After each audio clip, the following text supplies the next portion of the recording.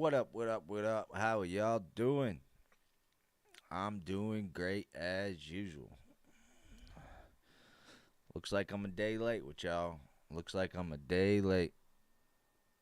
Well, before I get started, I was going to jump on here yesterday, but from about 5:30 p.m. until about quarter of 9, 8:30 p.m., I had no internet. Good old Spectrum gave out, and it was like the whole state of Maine or some shit like that. I guess. I don't know. I mean, everybody I knew lost their internet. It was all over Twitter and everything else. So, needless to say, I'm a day late, and and it feels like it's been forever, man. And it's only been since Friday. Usually I drop videos in between, but the boxing world, man, it's been a little slow. It's been a little slow. Everybody's waiting. Everybody's waiting on the big announcement for the big fight. And you guys know what fight I'm talking about, but that's what everybody's waiting on. It's a little crazy. It's a little crazy. But before I get started, I gotta give a little shout out. Gotta give a little shout out to my man KD from the Dominican Republic. Before I was calling him KD Doctor or something like that. But in one of the messages he sent me or one of his comments on Instagram, Moore's House 85, he told me it was KD from the DR, so I'm assuming Dominican Republic. I got to give a shout out to him before I get started because he was the very first person to support the channel financially. He sent me a message telling me to keep grinding, sent me a little bit of money on the Cash App, Morzy85. So I got to give a special shout out to KD from the Dominican Republic. Bigs up, homie. I appreciate it. That money's still in the account, so if you want it back, just let me know. Nah, I'm joking. Nah, that money's gonna stay there. I'm gonna use it for whatever. Buying stuff I need for the computer or whatever. Anything for the channel. So, yeah. Special shout out to KD from the DR. Good dude. He supported me early, being one of my first subs. And then, money-wise, he supported me there as well. First one. So, shout out to him. And if you guys want to support the channel, you know what it is. Morzy on Cash App. Because as of right now, I have not reached my lofty goals to be monetized. So that is the only way as of right now to help out the channel. But you never start the channel. Or at least me. I don't know, maybe other people have, but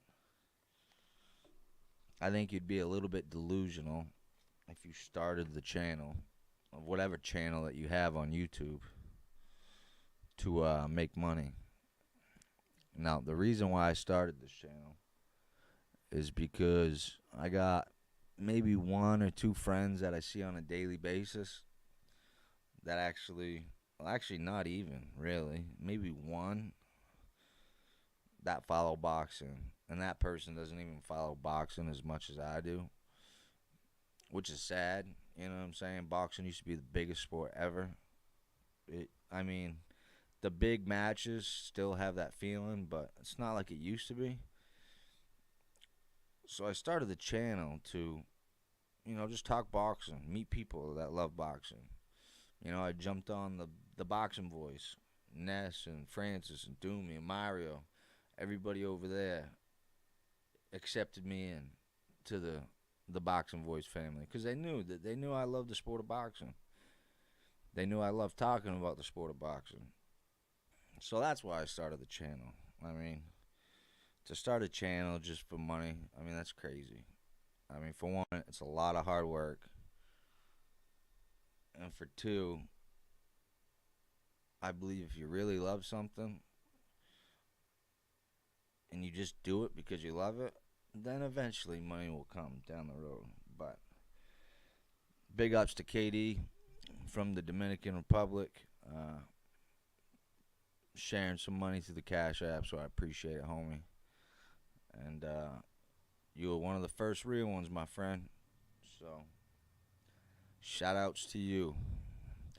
So last time I spoke to you guys was Friday, before the weekend fights. Now we all know that we added the zone card, and pretty much all the A sides won on that card. But the card I want to talk about is Frampton and Hearn. Now, before the fight, I said Heering would win the fight. But I also said to one of the viewers on the Boxing Voice that I believe that Heron would win, but I believed he would win a decision. It would go the distance. And I was shocked. I was absolutely shocked to see. Absolutely shocked to see that Heron got the knockout, man. It's crazy. It's crazy. I was not expecting that at all. Up until that point, it was a great fight. I mean, some people I've talked to said, "Nah, Heron was dominating," and yeah, he was winning the fight. But I mean, it's harsh to say he was dominating. I mean, he ended up getting caught and getting cut. We know in the past that gives Heron problems when he gets cut like that, and so I thought there was a chance that the fight might turn, but even before that, it looked more dominating than what it really was, just because Heron's size. But Frampton was doing work in there, and I think Frampton's plan was to get to those later rounds. But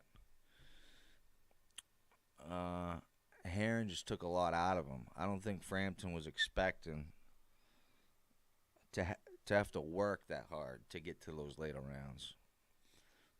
You know, because even Frampton, even though Heron was tall and long and he kept him at range, when Frampton wanted to get inside at a certain times, you saw that he did. He got punished going in, which that is what I think surprised Frampton. But I think it was a mixture of both. So I don't think it's fair to say that Heron just dominated Frampton. I really don't. I mean, like I said, when Frampton wanted to get in there, he did. But at the same time, he took some punishment to get in there. So it's like, I don't know if I'm getting my point across, but I think Frampton wanted to get to the later rounds without working as hard as he had to. I don't know. It's tough. I guess I'm not explaining myself properly, but I think Frampton picked up the pace quicker than he wanted to because he was losing the rounds.